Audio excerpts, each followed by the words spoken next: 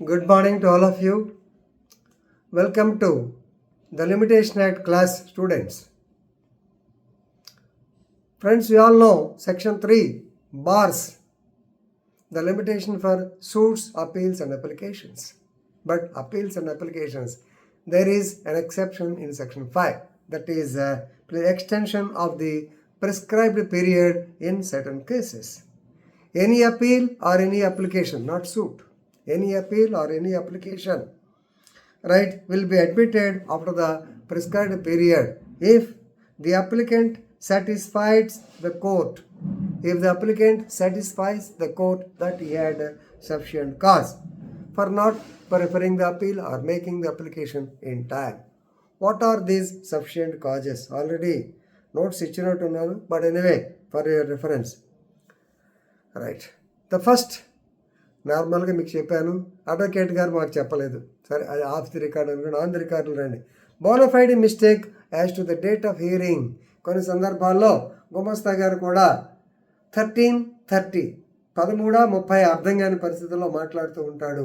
అదే మైకులు ఉండవు కాబట్టి కొన్నిసార్లు wrong date note చేసుకుండొచ్చు.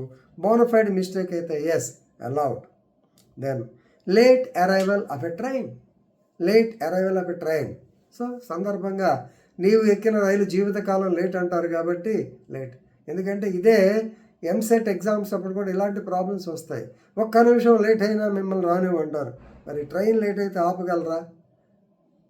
So this the genuine reason చెప్పడానికి. సిక్నెస్ ఆఫ్ ద కౌన్సిల్ చెప్పలేం. సడన్గా ఉండి అర్జెంటుగా ఈరోజు వాయిదాకు వద్దాం లాయర్ గారు ఏదైనా హెల్త్ బాగోకపోతే yes it can be taken to consideration. Fraud of the opposite party. Next వాయిదాకి అసలు ఏముండదు, కేసు కొట్టేస్తాను, నువ్వు రావక్కర్లేదు, నీకెందుకు అని చెప్పి అబద్ధాలు చెప్తారు. నెక్స్ట్ వీక్ మన లాయర్ రారంటారు, అది నమ్మకండి. Then mistake of the pleader in noting wrong date in the diary. మనమే కాదు, ఫస్ట్ బోనఫైడ్ మిస్టేక్ మనకి, రెండోది లాయర్ గారు కూడా బై మిస్టేక్ నోట్ చేసుకోవచ్చు. నో. తర్వాత negligence of next friend or guardian in the case of minor plaintiff or dependent. Minor can institute a civil suit through his next friend or guardian. So ఆ guardian by mistake date తప్పు చెబితే yes sufficient cause అవుతుంది. Death of relative of a party. కోర్టుకు వాయిదాకు వద్దాం అనుకున్న లాయర్కి వద్దాం, తీరా వాళ్ళ అమ్మమ్మో నాయనమ్మో ఎవరో చనిపోయారు. Yes definitely has to attend the obsequies or funeral సెరమనీకి వెళ్ళాలి కాబట్టి yes it's a sufficient reason. Then imprisonment of a party. బయలుదేరాడు కానీ ఏమయ్యా పలానా అని చెప్పి ఏదో కేసులో, పాత కేసులో అరెస్ట్ చేశారు. Yes it's a sufficient reason. Then strike of the advocates.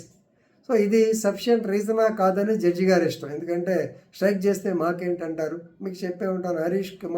Harish K Uppal versus Union of India case ఎథిక్స్లో మళ్ళీ ఇంకోసారి డిస్కస్ చేద్దాం.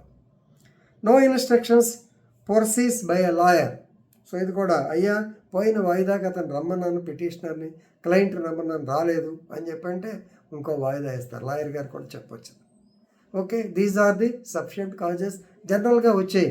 ఇది నా తెలివితేటలు కాదు, సీకే తక్వాని బుక్లో రాసిని చూసి చెబుతున్నాను అంతే. నాకు పెద్ద ప్రాక్టికల్ ఎక్స్పీరియన్స్ అంతలే.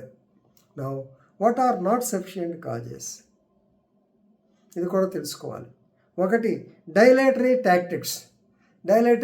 అంటే ఏంటి? విట్నెస్, జడ్జి గారు చెప్పుంటారు, నెక్స్ట్ దాంట్లో విట్నెస్ వస్తున్నాడు, లాయర్ గారు మీరు కంపల్సరీగా వచ్చి క్రాస్ ఎగ్జామిన్ చేయాలి, లేదా లాయర్ గారు మీ విట్నెస్ రావాలి, లేకపోతే ఊరుకున్నాను అనుకోండి, వాళ్ళు విట్నెస్ వచ్చాడు, వాడు సాక్ష్యం చెబితే మనకి ఇబ్బంది అవుతుంది. అందుకని సైలెంట్గా, సార్ మా లాయర్ గారు లేరు సార్, లాయర్ గారు, ఇట్లాంటి ఏదో పనులు చేయకూడదు. అంటే డైలేటరీ టాక్టిక్స్.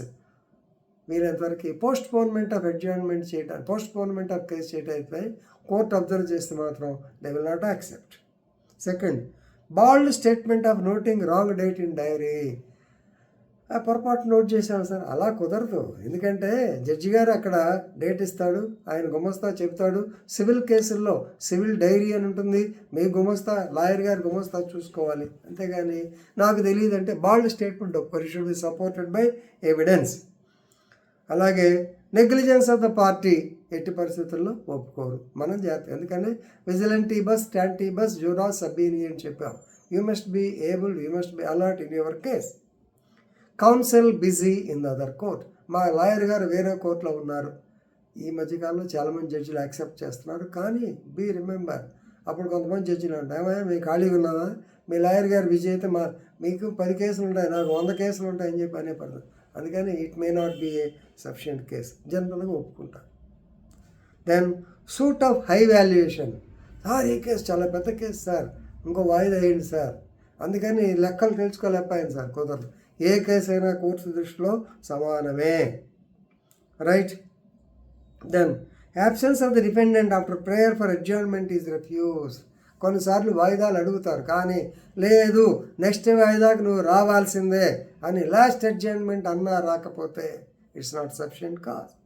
జాగ్రత్త. చాలామంది చేస్తుంటారు, ఎందుకంటే లాయర్లు చెప్పరు, వీళ్ళకేమో తెలియదు, పర్లేదు నెక్స్ట్ వాయిదా చూద్దామంటారు. కొంపల మునిగి సంఘటన ఇది. Then hardship of the defendant. డబ్బులు లేవు, రాలేకపోయాను, వాయిదాకు డబ్బులు లేవు, కానీ ఇది ఒప్పుకోరు. వాయిదా నీ కేసు, నువ్వు రావాలి. హార్డ్షిప్ ఇంకా చాలా ఉంటాయి, కాళ్ళు నొప్పి చెప్తా ఉంటారు, ఒప్పుకోరు.